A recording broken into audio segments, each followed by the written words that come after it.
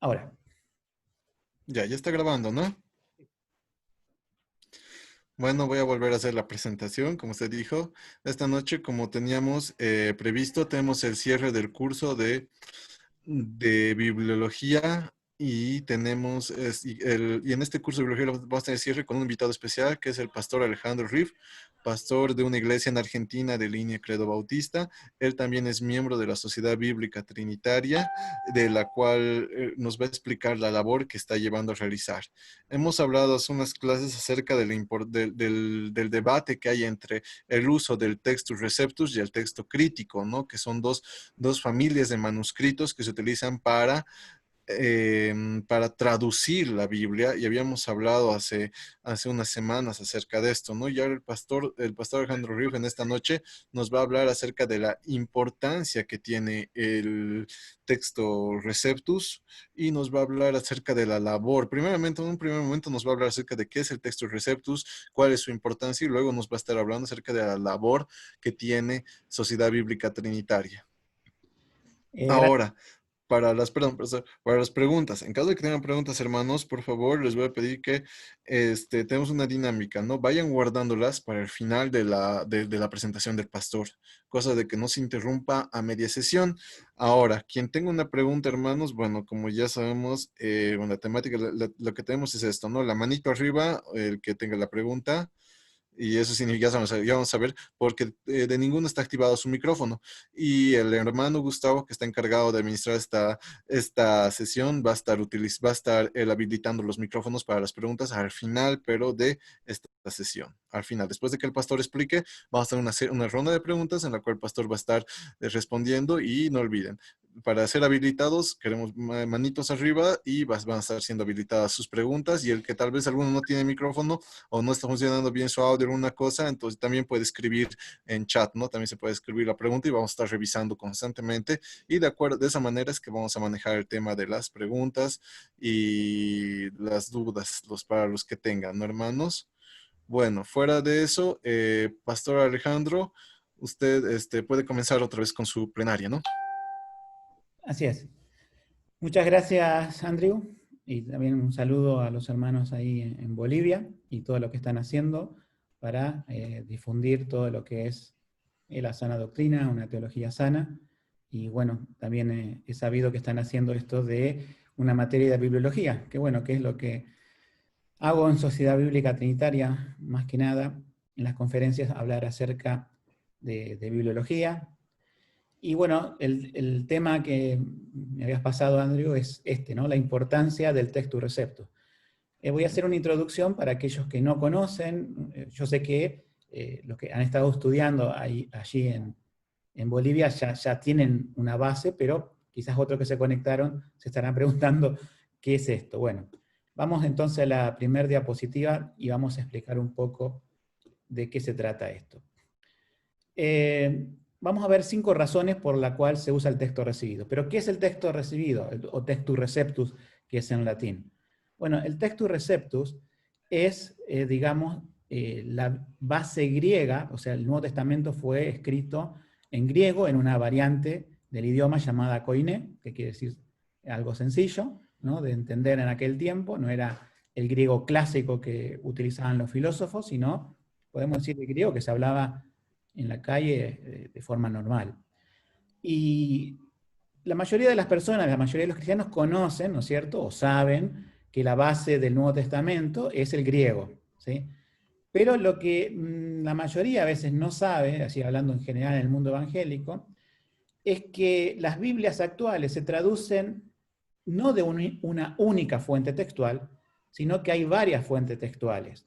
No que la Biblia tenga varias, sino que pienso que el hombre, en su llamada crítica textual, ha hecho, ¿no es cierto?, otra base que es la que utilizaban, digamos, una base diferente a la que se utilizó históricamente, aún en el tiempo de la Reforma Protestante del siglo XVI, y esta base textual alternativa, que se llama el texto crítico, se empezó a utilizar allá por finales del siglo XIX.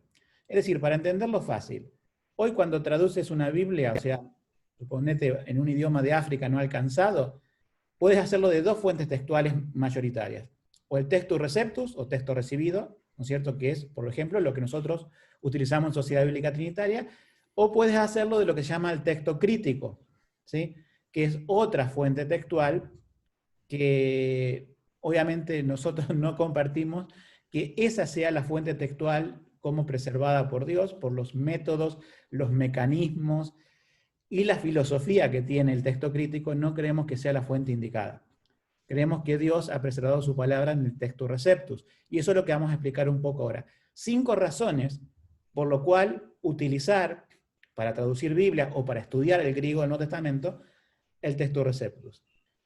Allí en la diapositiva ustedes pueden ver que hay una frase en latín, ¿verdad? Que dice textum ergo aves nunc an omnibus receptum.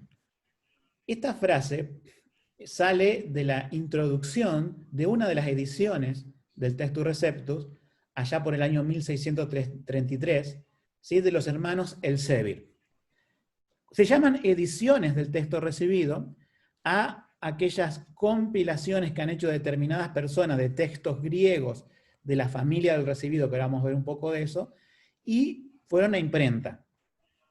Los hermanos Elsevier fueron uno de los últimos en imprimir, pero tenemos, por ejemplo, una de las primeras ediciones del texto recibido, se lo conoce como la Políglota Complutense, que se puede datar allá en el año 1514, después siguen las ediciones de Erasmo de Rotterdam, a partir del 1517, 16. Después tenemos la de Robert Estienne o Stephanus, allá por el año 1550, tenemos la de Teodoro de Beza, que fue el sucesor de Calvino, antes de, ¿no es cierto? Todo estoy hablando del siglo XVI, y ya en el siglo XVII tenemos la de los hermanos Elsevier, que acá lo que están diciendo, más o menos en latín, no soy experto en latín, pero dice el texto, el textum, ¿no es cierto? Ese ergo aves tiene diferentes traducciones, puede ser por tanto, puede ser de otras cosas. El nunc, ese quiere decir ahora, ¿sí? Dice, ahora ab omnibus, o sea, por todos, recibido.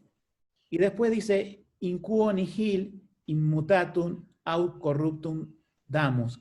Esto quiere decir más o menos que el que ahora es, ¿no es cierto?, es inmutable, o sea, libre de error sería, no sería una traducción directa, aunque suena como inmutable el immutatum, ¿sí? Libre de error o corrupción, y dejan el verbo para final, damos. Lo que está diciendo los hermanos Elsevier es el texto que ha sido usado o recibido por la iglesia a través de los siglos, está libre de error y corrupciones, y que ahora lo estamos entregando. Eso simplemente quiere decir.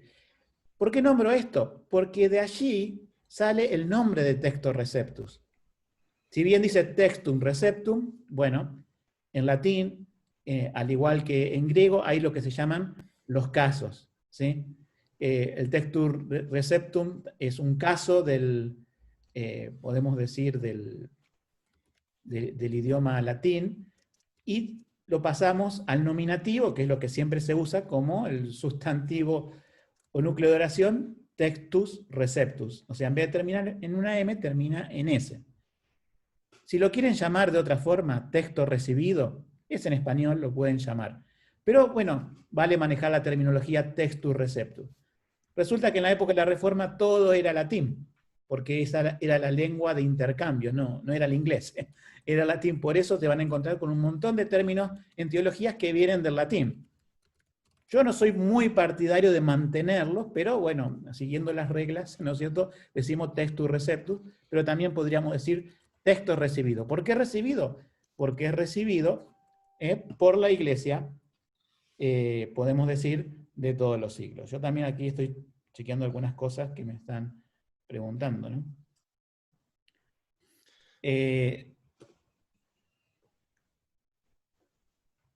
Entonces, Pastor, perdón que le interrumpa. Hay más personas que dicen que están queriendo entrar y que no está pudiendo, no está emitiendo en la sala. No sé si un rato puede emitir. estoy admitiendo a todos y no veo ninguno que haya quedado afuera. Ay, ay, ay. A Para unos, que digas. ¿sí?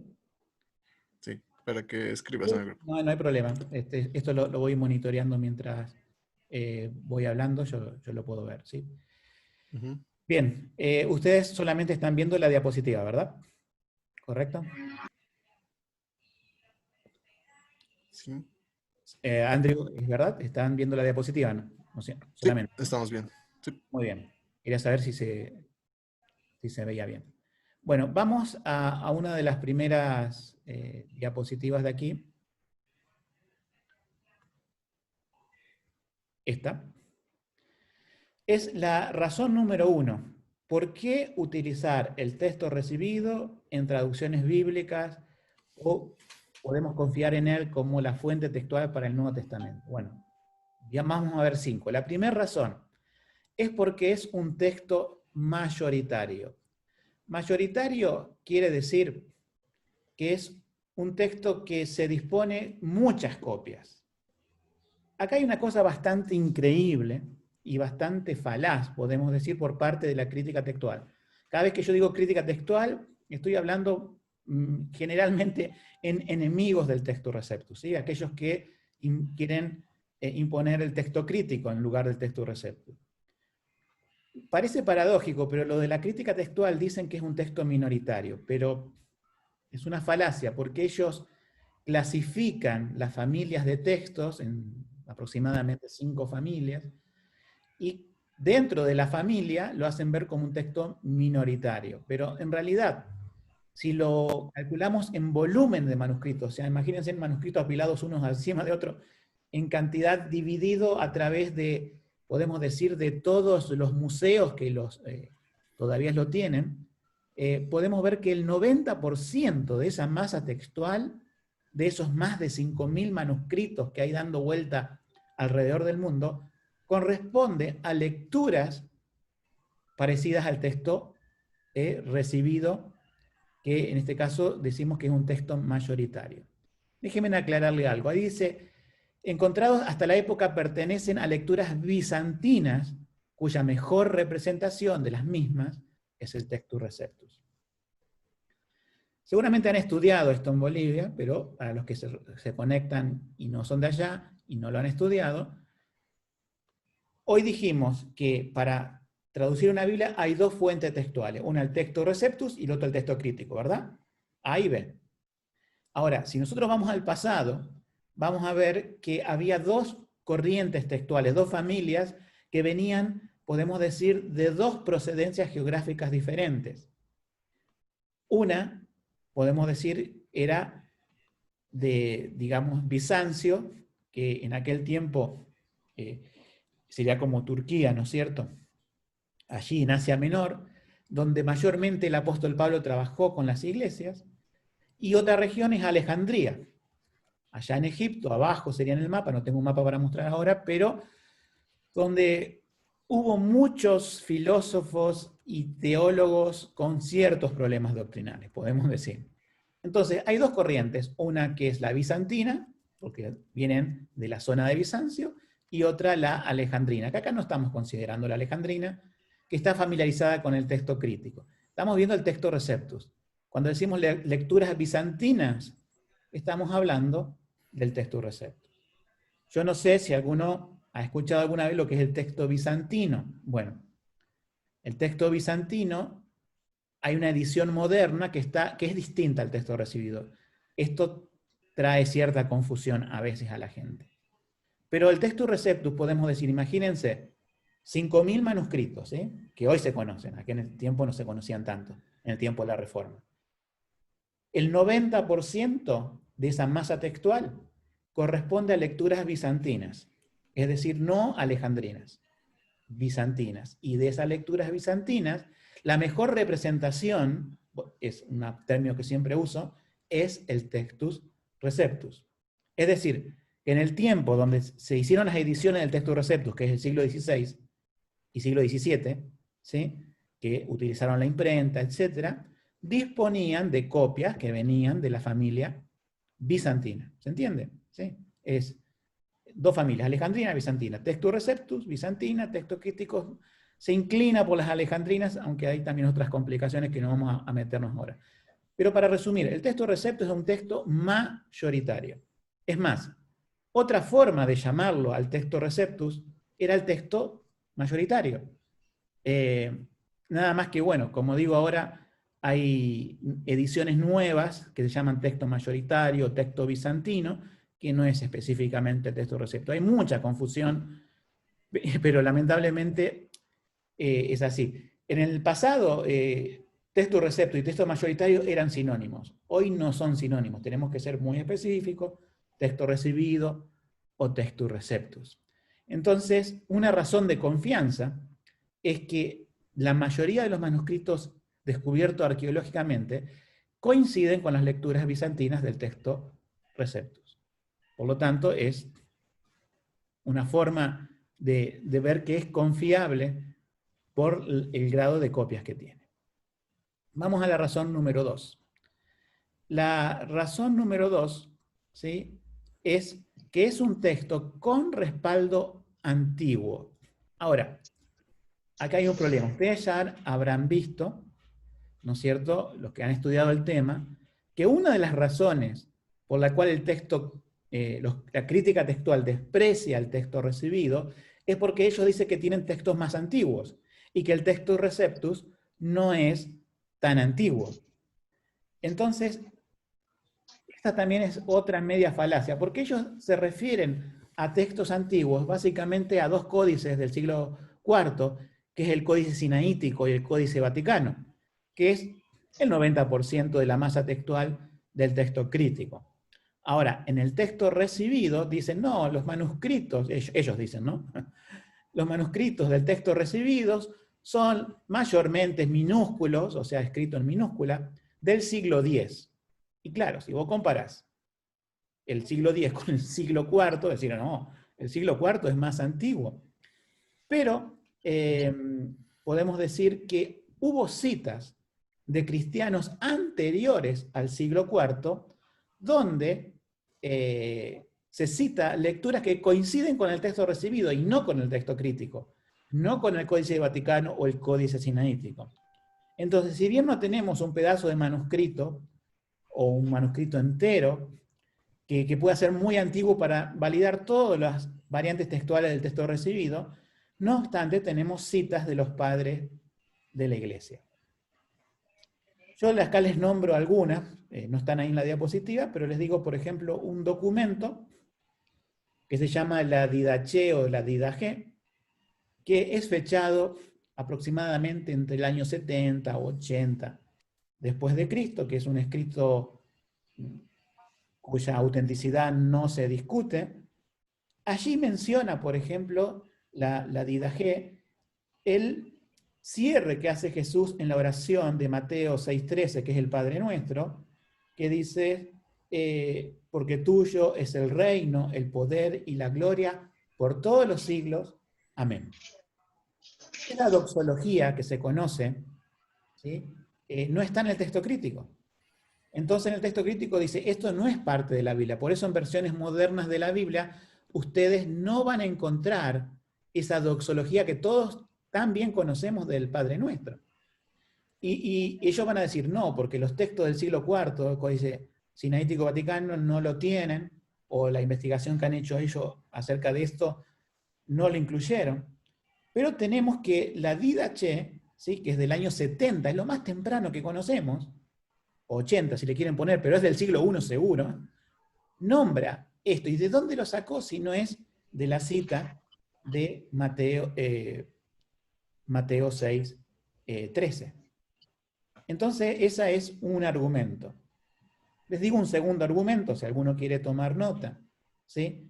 Un padre de la iglesia llamado Tasiano, esto en el siglo II, o sea, año aproximadamente 160 después de Cristo, en una concordancia que se hizo llamada la Diatesarón, ¿sí?, nombra, por ejemplo, el texto de Marcos 9:24. El texto de Marcos 9:24 es aquel texto que, bueno, nos recuerda la historia de aquel padre que trajo un hijo, que ese hijo tenía un espíritu malo que tiraba a su hijo al fuego, a veces al agua para ahogarlo, y se lo traen a Jesús. Y Jesús le dice, sí, al que cree todo es posible, para probar la fe de este hombre. Y este hombre responde con dos cosas que no tiene el texto crítico, y quizás tampoco lo van a ver en la versión Reina Valera 60, que dice, y se los leo, lo tengo aquí, e inmediatamente el padre del muchacho dijo, clamando con lágrimas, creo, Señor, ayuda mi incredulidad. Como ustedes podrán ver, si alguno tiene la 60 en mano, no va a estar la palabra clamando con lágrimas y no va a estar la palabra Señor. O sea, simplemente va a decir, dijo, creo, ayuda a mi incredulidad. Pero lo que dijo realmente es, clamando con lágrimas, creo, Señor, ayuda a mi incredulidad. Entonces, claro, el texto crítico dice, en los manuscritos de ellos, que son antiguos, no está esto, pero tenemos la cita de Tasiano del año 160 a.C., o sea que es, podemos decir, casi un siglo y medio más temprano que el Códice Sinaítico Vaticano, que son del siglo IV, ya por el año 340, 350 después de Cristo. Entonces, si bien no tenemos un documento, sí tenemos la cita de un padre de la iglesia, que esto de algún lugar salió, y obviamente salió de la cita de Marcos 9:24. O sea, esa es la segunda razón por la cual es confiable el texto recibido, el texto receptus, porque es un texto con respaldo antiguo. Les digo como dato también después para compartir en el grupo, un amigo mío llamado Damián Jofré hizo un video hace muy poco acerca de las citas patrísticas y su correlación con el textus receptus, lo cual es muy bueno para los estudiantes para ver de que yo le nombré dos cosas hoy por el tiempo, pero hay muchas más que pueden, digamos, buscar en internet. Hoy se encuentran los escritos de los padres de la iglesia, tanto del siglo I, el siglo II, se encuentran y podrán ver que se citaban textos que solamente pertenecen al textus receptus. Entonces, esto es un respaldo histórico antiguo del textus receptus. Vamos a la razón número 3. Es un texto con lecturas armónicas. Necesito explicar esto porque es un tanto difícil. Los creadores del texto crítico eran dos ingleses llamados Westcott y Hort, y una de las cosas que ellos hacían atacando al texto recibido, al texto receptus, es que era muy armónico. O sea, decían, no puede tener tantas lecturas que estén tan bien relacionadas y que tengan sus paralelos, por ejemplo, en los 4 evangelios, que haya una armonía, ¿sí? Una armonía con H sería cuando uno hace una armonía de los evangelios, va comparando mismas historias, mismos pasajes en los 4 evangelios, ¿no? Ellos lo veían como un texto sobre todo muy armónico en los 4 evangelios y decían, no, eso es un texto artificial. Entonces ellos, en su crítica textual, lo que hacen a la hora de elegir textos, no de los manuscritos de la familia bizantina, sino los que ellos tienen en la familia alejandrina, ellos, a la hora de elegir un texto, utilizan lo que se llama el disparate textual, que no suene raro, pero es algo técnico. Es decir, la lectura más difícil es seguramente, dicen ellos, la más real, no puede ser la armónica. Entonces, el texto receptus, al tener tantas lecturas armónicas, dicen, no, esto no puede ser algo real, tiene que haber sido fabricado. Y es así que inventaron una teoría. ¿Vieron cómo Darwin inventó la teoría de la evolución? Es una teoría, no está demostrado, pero en las escuelas se enseñan como si fuera la verdad. Igualmente, Westcott y Hort hicieron una teoría que no está demostrada, pero en los institutos bíblicos alineados con el texto crítico se enseña como la verdad. Ellos decían que había una recensión. Recensión es un término técnico que es como una revisión, podemos decir, de diferentes manuscritos griegos hecho por un tal llamado Luciano de Antioquía del siglo IV, que fundó una escuela, ¿no es cierto? Y dicen ellos que este Luciano de Antioquía hizo una recensión, por eso ellos lo llaman la recensión luciana, donde armonizaron los diferentes textos griegos dando vuelta en aquella época para hacer un texto armónico, y eso es lo que nos llegó como Textus Receptus. O sea, hacen toda una historia de confabulación que no pueden demostrar históricamente para decir que así fue hecho el texto recibido, como que es un texto artificial. Ahora, resulta que los mismos críticos textuales posteriores a Westcott y Hort, lo que han hecho, lo que han dicho ellos es que descartaron la recensión luciana como real o como histórica. Pero adivinen qué, el texto crítico ya ha sido impuesto en muchos institutos bíblicos, en las sociedades bíblicas unidas y otras, ¿no?, que usan el texto crítico para traducir Biblia. O sea, por un lado rechazan la teoría de Westcott y Hort, pero por otro lado aceptan el texto de Westcott y Hort. Bueno, así de incoherente es la cuestión en materia de traducción bíblica, ¿no? La razón 3 es un texto armónico, y nosotros creemos que es un texto armónico. ¿Por qué? Porque es inspirado por el Espíritu Santo. Y el Espíritu Santo, al inspirar a los escritores bíblicos, y especialmente los evangelistas, los que escribieron los 4 evangelios, la promesa del Señor Jesús es recordar lo que el Señor Jesús había dicho, ¿sí? Y ellos escribieron, podemos decir, inspirados por el Espíritu Santo. Pero también creemos, como vamos a ver ahora, que esos escritos apostólicos, o de las personas que escribieron también los evangelios, fueron preservados por Dios. Y que las lecturas armónicas es de esperarse, porque la Biblia es un libro divino. No de encontrar lecturas incoherentes, no de aprobar el disparate textual, como dice la crítica. Si bien ellos pueden decir, bueno, originalmente no había ese disparate textual, sino que estuvieron en las copias. No es ilógico creer que aquel que inspiró la Biblia, que es el Espíritu Santo, que es Dios, la tercera persona en la Trinidad, también el Señor hubiera preservado su palabra a través del tiempo. O sea, ¿de qué serviría, ahora vamos a ver, la inspiración si a través del tiempo se pierde cualquier cosa que tengamos de los manuscritos bíblicos? O sea, se corrompen, por así decirlo. Vamos a la cuarta, ¿sí? Es que es un texto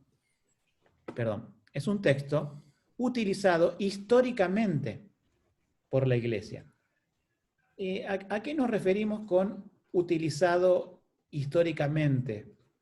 Bueno, nos referimos a que yo voy a nombrar 2 fechas o 2 etapas fundamentales para la era cristiana, ¿no? Primero voy a nombrar el siglo XVI, las traducciones de la Reforma protestante. Tanto Lutero, como ahí ven en la imagen, como los demás reformadores, la base textual que tenían era el Textus Receptus. Lutero utilizó una edición de Erasmo temprana, no incluyó primera Juan 5:7, sino que esto está en la tercera de Erasmo, y lo terminó incluyendo Lutero, si alguno se está preguntando y le sale esto que lo ha averiguado por internet. Pero no solamente Lutero, sino, por ejemplo, Casiodoro de Reina, en nuestro caso de la Biblia en español, Cipriano de Valera, ellos, la fuente textual era el texto que recibían, por eso se llama texto recibido, ¿no? O texto también de la Reforma, a veces se llama. Y ellos pensaban que lo que tenían en sus manos era la palabra preservada de Dios. No imaginaban diciendo, no, en el futuro va a haber otro texto griego mejor que el que estamos. Ellos sí se disculpaban en que podrían hacer una traducción mejor, pero nunca cuestionaban la base textual. Ellos sí cuestionaban, por ejemplo, no utilizar la Vulgata, que era una traducción del siglo IV, que es lo que promulgaba la Iglesia Católica como traducción. O sea, en vez de traducir de las fuentes originales, que es el griego y el hebreo, griego del Nuevo Testamento, hebreo del Antiguo Testamento, los católicos no traducían las Biblias y utilizaban las Vulgatas. Ellos decían, ahora puede tener el pueblo de Dios la palabra disponible, ¿sí?, a través del hebreo y a través del griego.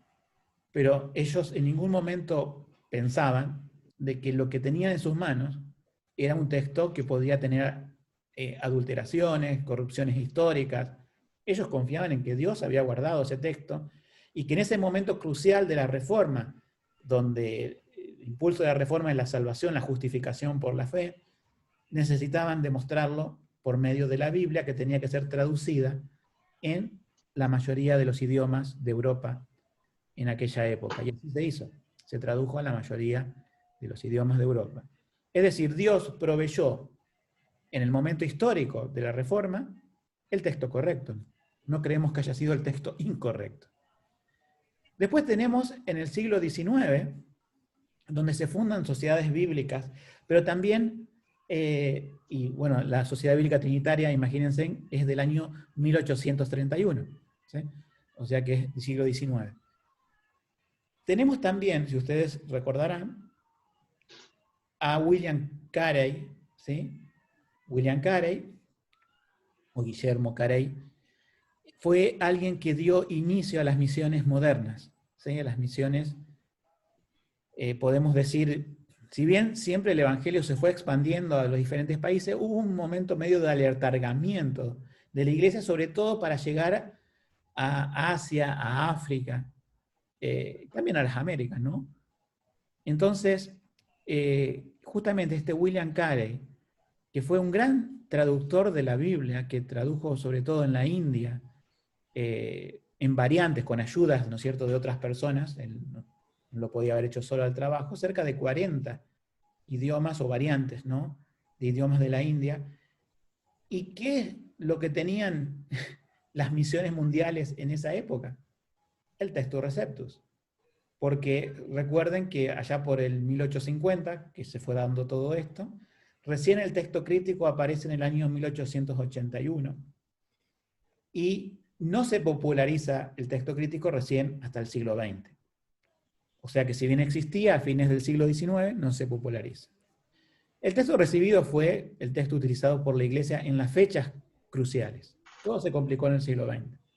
Pero podemos decir que esta es la cuarta razón por la cual es confiable el Textus Receptus. Vamos a la última y después vamos a dejar lugar para las preguntas, que lo diriges tú, Andrew. Vamos a la quinta. Quinta y última.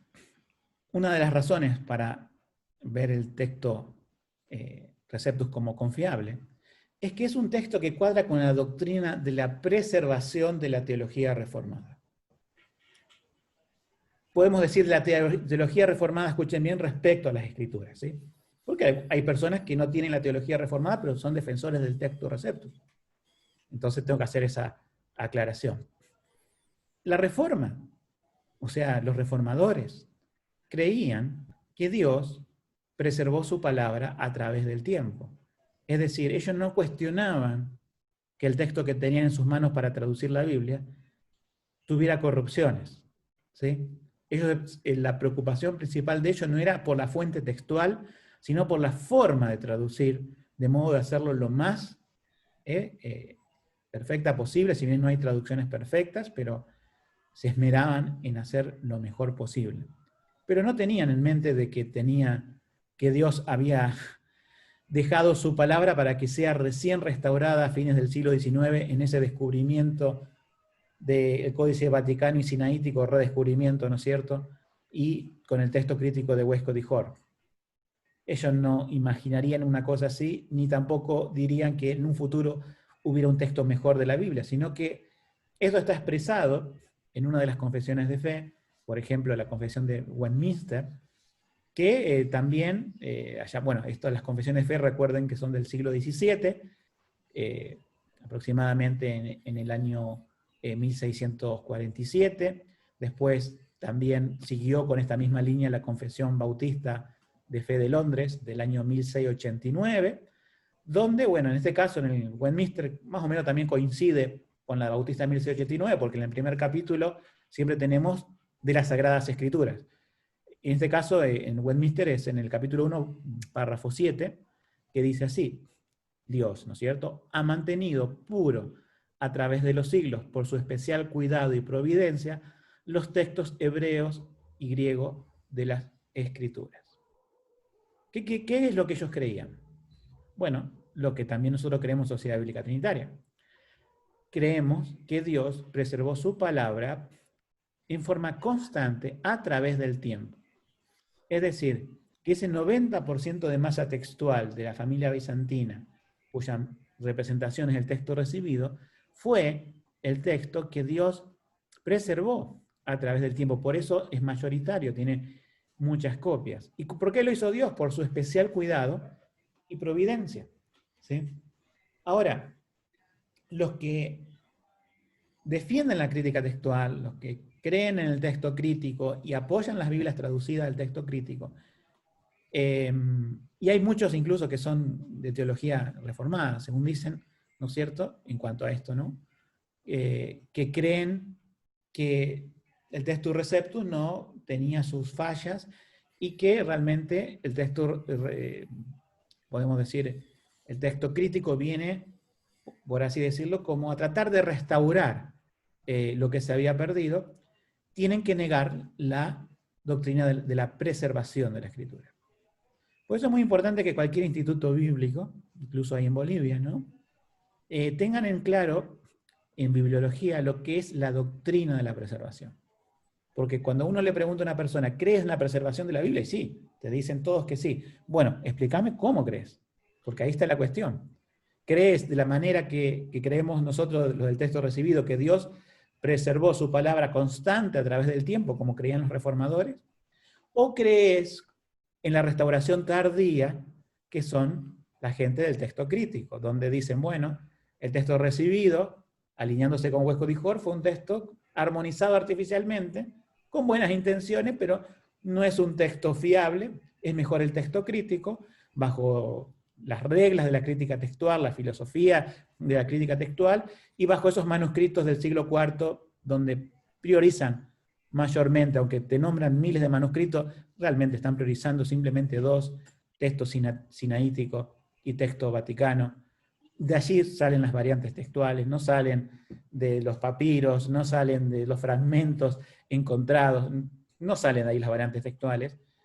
Si lo toman serían ínfimo, con 0,0 y algún número como variante textual. El 99,00 y algo lo sacan del texto de Códice Sinaítico y Vaticano. Entonces, ellos creen en una preservación diferente, es una preservación tardía, que no sería preservación constante. A mi forma de ver, y también, ¿no es cierto?, lo que creemos del texto recibido, la preservación o es constante o no es preservación, porque si no sería una contradicción de términos, lo que llama un oxímoron en teología. Si vos crees que la preservación de Dios es una restauración tardía, entonces no hubo preservación. Bueno, una preservación como que está guardado un texto para ser redescubierto después de 19 siglos de historia de la Iglesia, lo cual sería una rara forma de creer la preservación, pero esto es lo que cree realmente, y lamentablemente, la gente que defiende el texto crítico. Así que esta es la quinta razón. Es un texto que cuadra con la doctrina de la preservación. Podemos agregar de la teología reformada haciendo simplemente una mención de las confesiones de fe en el capítulo 1, que habla de las escrituras. ¿Sí? Después les comento un poco lo de la Sociedad Bíblica Trinitaria, lo dejamos para después. Así que, Andrew, te dejo a ti la parte de preguntas. Gracias, pastor. Muchas gracias por su presentación. Ahora, hermanos, como dijimos, la dinámica es la siguiente, ¿no? Quienes tengan alguna duda, hermanos, por favor, manito arriba, y el hermano Gustavo va a ir habilitando los micrófonos para que puedan hacer su pregunta, por favor, hermanos, ¿sí? Les voy a pedir, por favor, pongan ahí manito arriba en la reacción, y el hermano Gustavo va a estar aplicando para que puedan hacer sus preguntas, ¿sí? Sí, bueno, a partir de ahora, ¿quiénes tienen preguntas, por favor? Comentarios, dudas, hermanos. No se escucha esa pregunta. A ver, ¿quién tiene una pregunta, hermano?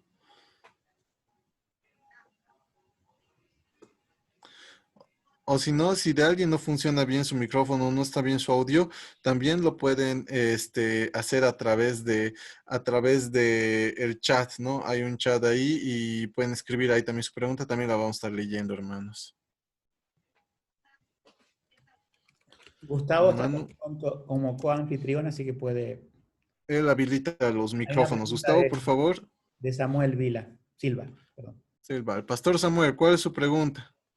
Ok, queridos, qué bendición ese tiempo. Muchas gracias. Pastor Alejandro, un abrazo aquí desde la ciudad de Oruro. Estamos aqui acompanhando. Pastor, tenho uma pergunta assim muito pontual. Com respeito a variações de tradução, de acordo com o que has explicado, como nós, por exemplo, em meu rol como missionário aqui em Bolívia, tratando desse assunto, explicando aos irmãos, entendendo que já há uma cultura já cargada com respeito a traduções, principalmente no mundo hispano, qual é a maneira mais sencilla e prática de introduzir o texto Receptus, não com sua didática, não com sua, vamos dizer, fraseologia, não com suas palavras técnicas, pero que consejos me daria para introduzir essa ideia, a validar e os 5 pontos que é explicado por as diapositivas? Que consejos práticos me dá para começar a instruir os irmãos aqui que estamos sirviendo como misiones? Por favor.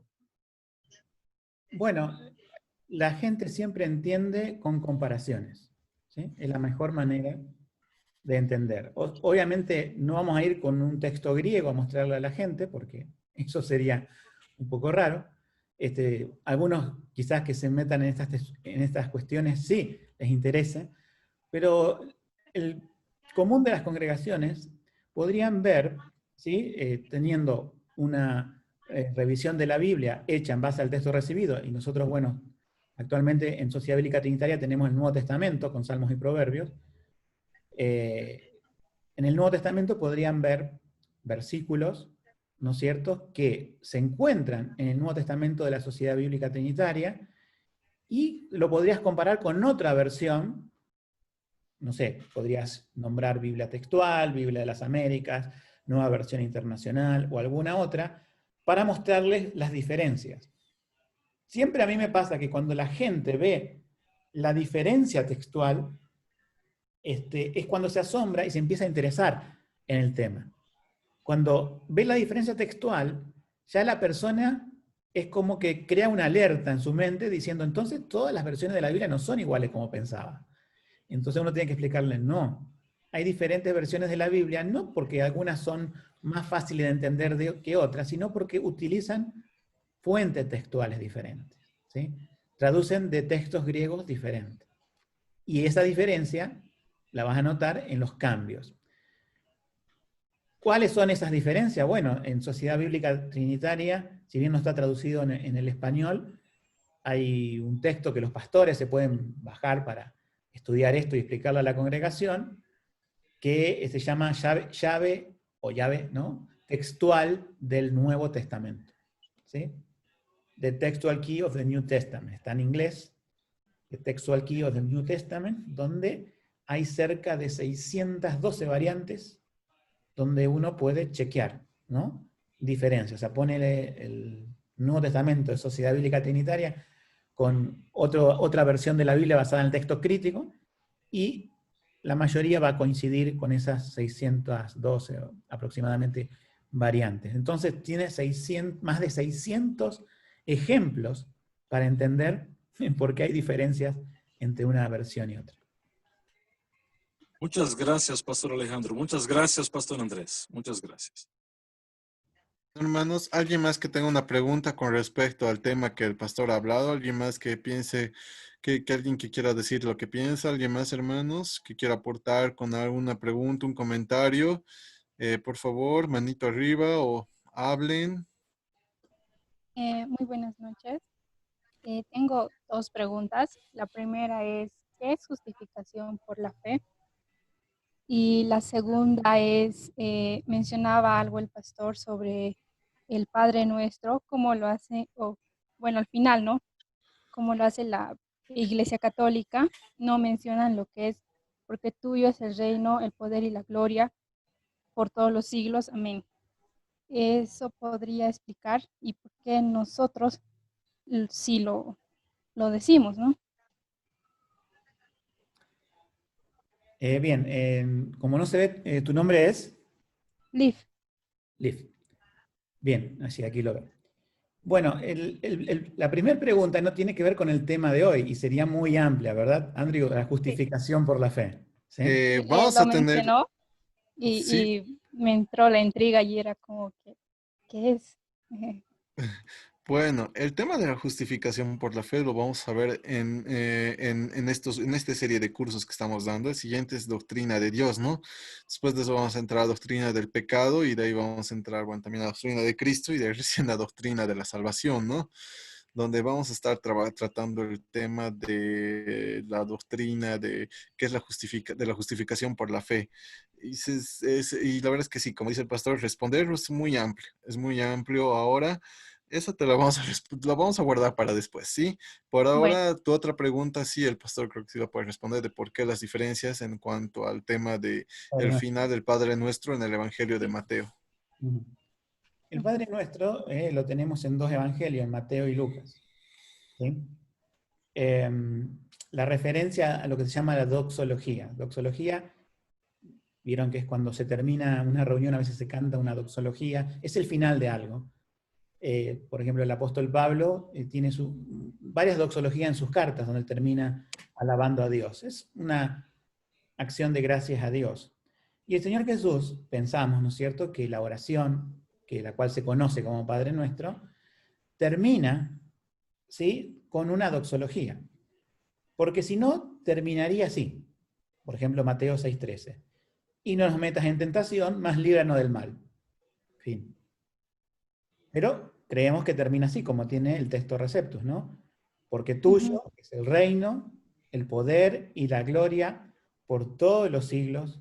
Amén. Un versículo, una parte del versículo, ¿no es cierto?, que nos da atribuyendo, ¿no es cierto?, a Dios el reino de Dios se había acercado a la tierra por medio de Jesucristo, el poder que corresponde a Dios, la gloria que corresponde a Dios, por todos los siglos equivale a decir para siempre. Y es más, termina con un amén, ¿sí?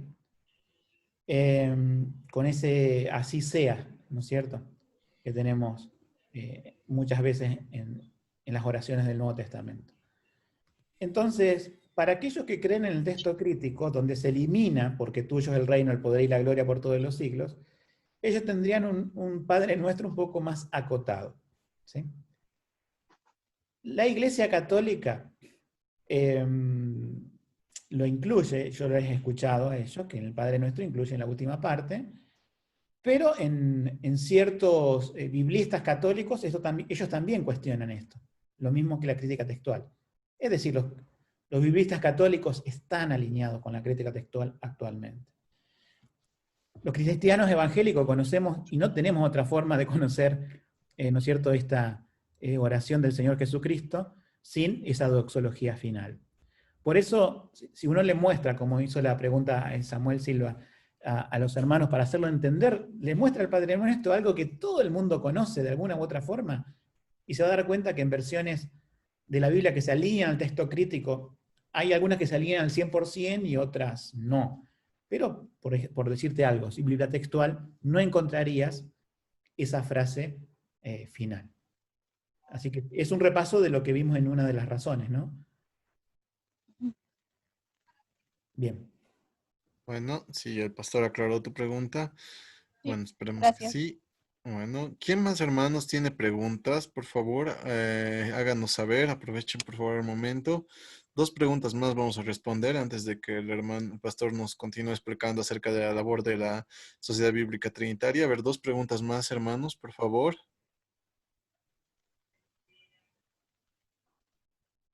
Dos preguntas más, hermanos. Sí, pastor,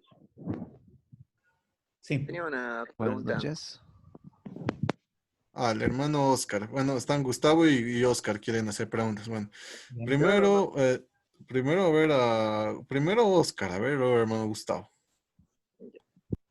Dale, Oscar. ¿Cuál es tu pregunta? Gracias. Gracias, Andrés. Buenas noches, pastor. Mi pregunta era la siguiente.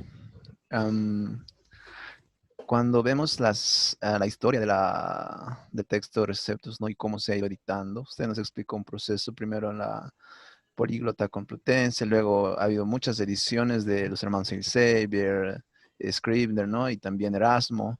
Y uno de los argumentos, bueno, con lo que yo he chocado es, por ejemplo, es que de las variaciones que existen entre estos mismos textos. Si bien no es muy amplia, como podríamos decir, como en el texto crítico, entre el Códice Sinaítico, ¿no? y el Vaticano, pero hay variantes, según entiendo.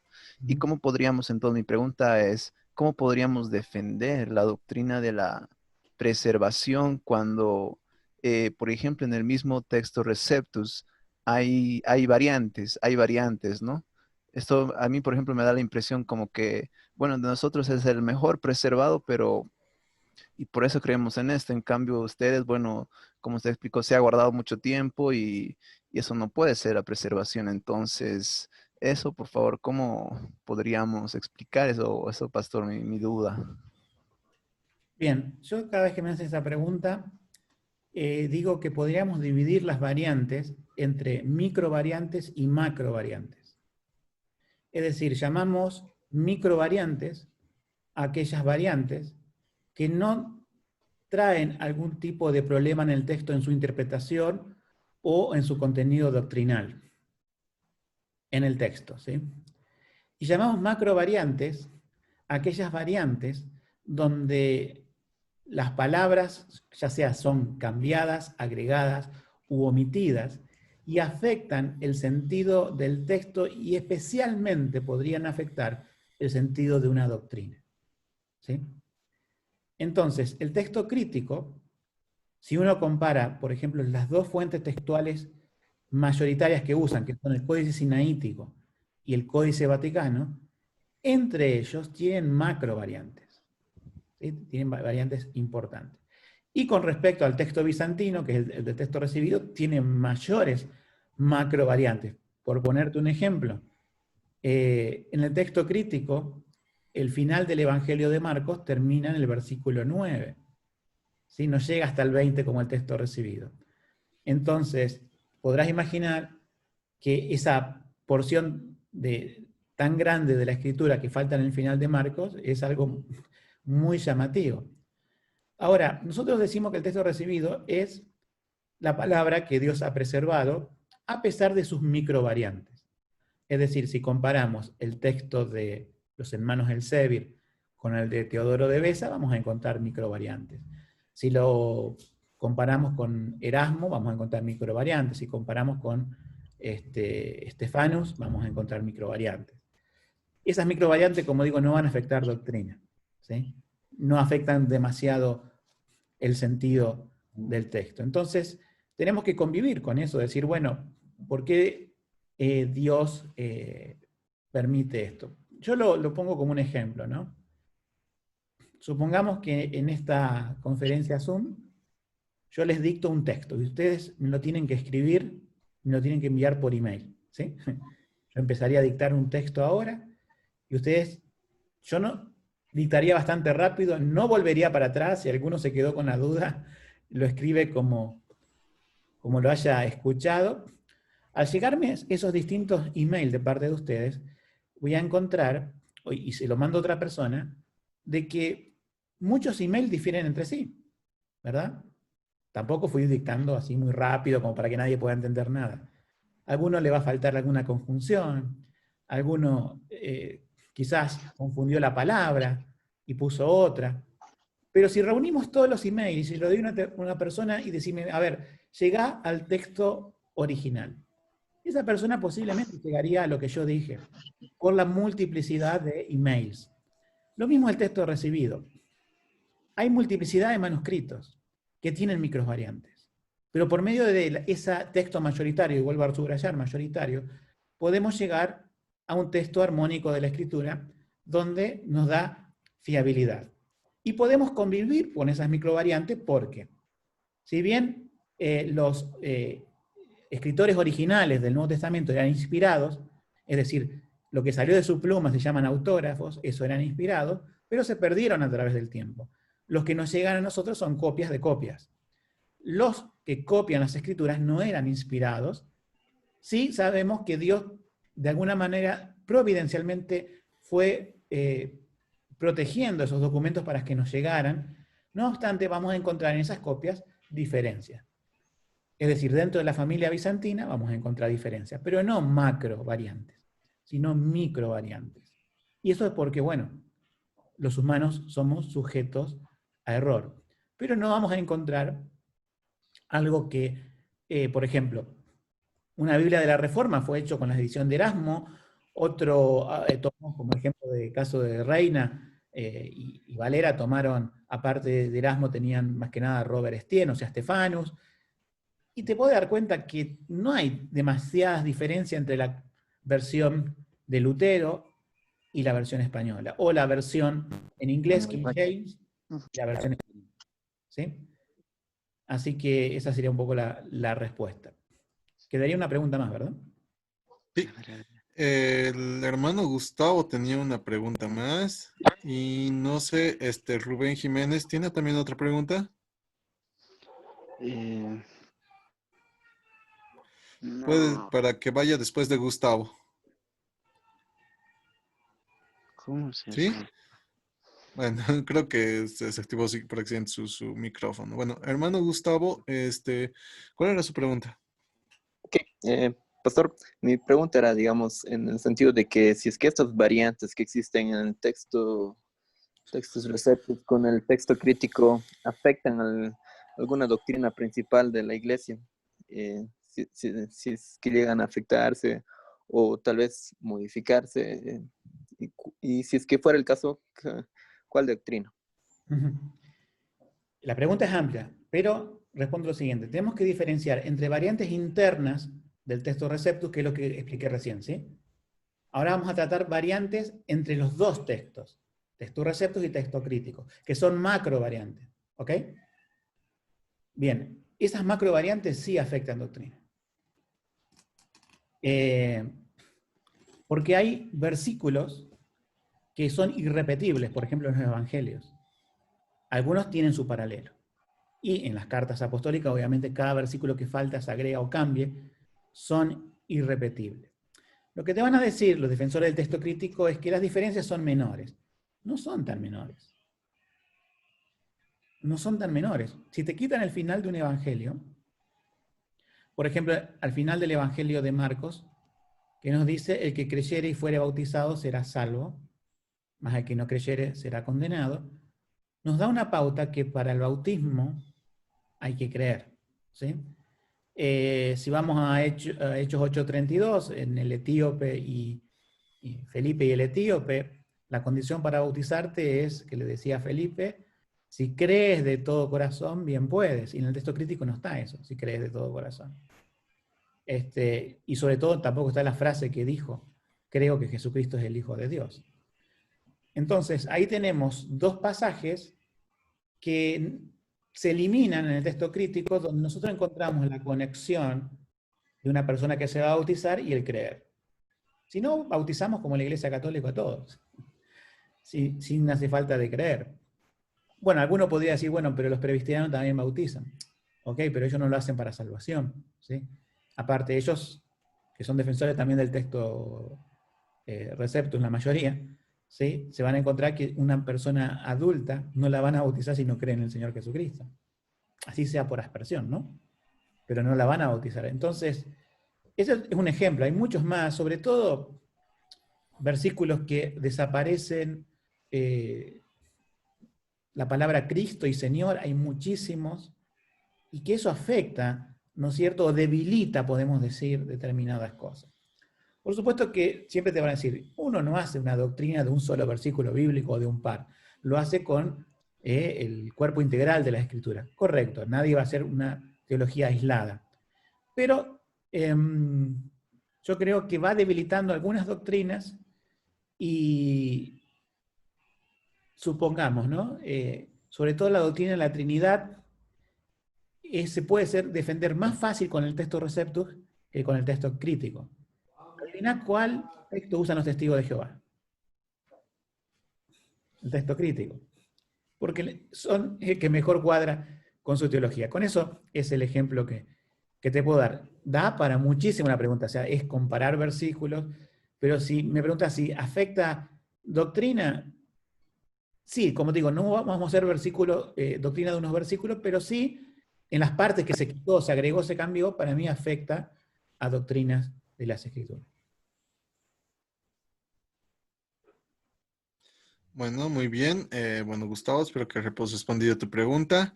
Hermanos, si no hay más preguntas, vamos a pasar a la última parte de esta exposición, en la cual el pastor nos va a estar explicando acerca de la labor de sociedades bíblicas trinitarias en cuanto a la traducción de la Biblia en español. Y bueno, pastor, otra vez. Bueno, Andrew, para terminar entonces, explicarle un poco la labor de la Sociedad Bíblica Trinitaria.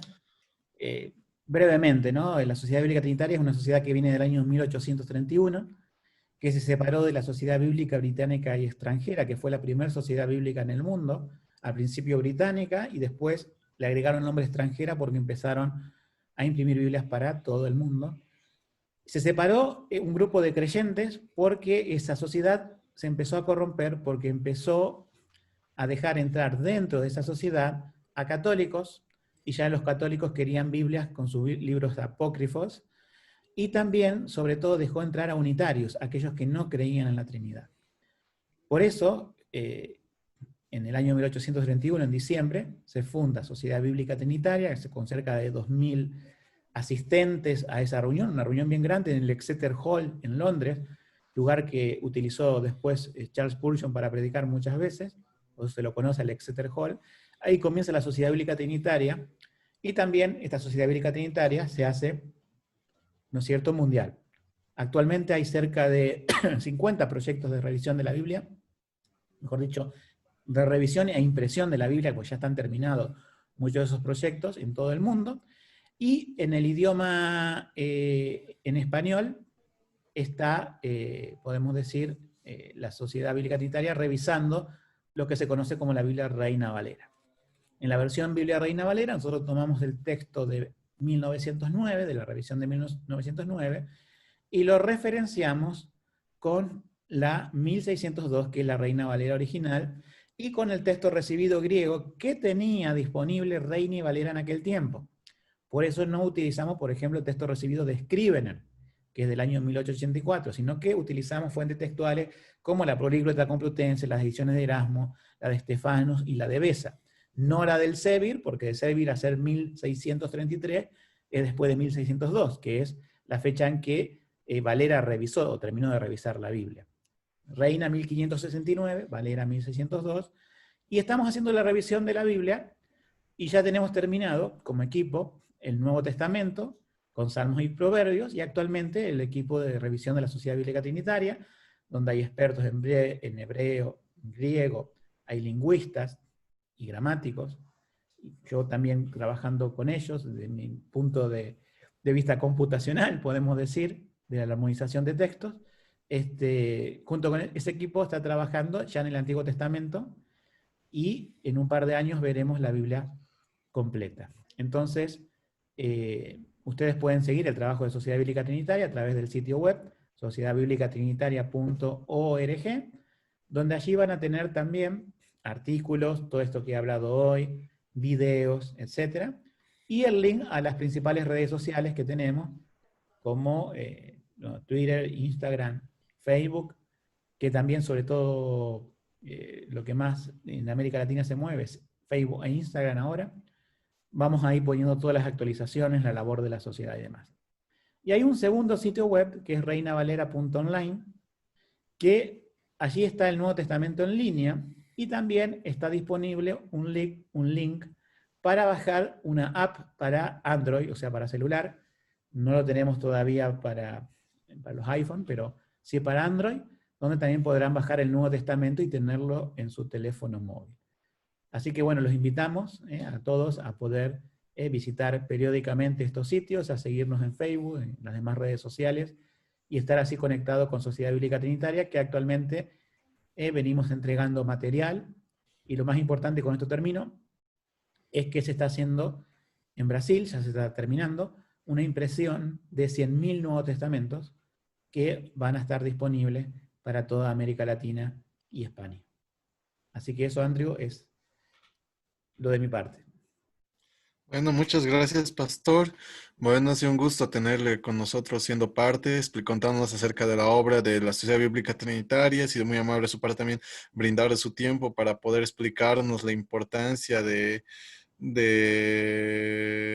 acerca de todo esto, ¿no? Ha sido muy, muy, muy grato. Y bueno, ya no sé si es que hay un comentario más, alguien más que quiera decir algo más, un último antes de terminar la reunión, no sé si es que alguien más quiere hablar algo más, hermanos. No sé si alguien más quiera decir algo con respecto a lo que nos ha dicho el pastor esta noche. No sé si alguien más tenga alguna duda, algún tema más, algún punto más. Y en caso de que no haya, bueno, entonces voy a dar lugar al pastor Samuel Silva para que dé unas palabras finales. Amém, Andrés. Amém, pastor Andrés. Amém, querido pastor Alejandro. Queridos hermanos que estuvieron acompanhando. Nosotros aquí desde Bolívia estamos muy gozosos y bendecidos por todo lo que escuchamos y participamos. Pastor Andrés, vamos a estar concluyendo con una oración, ¿es eso?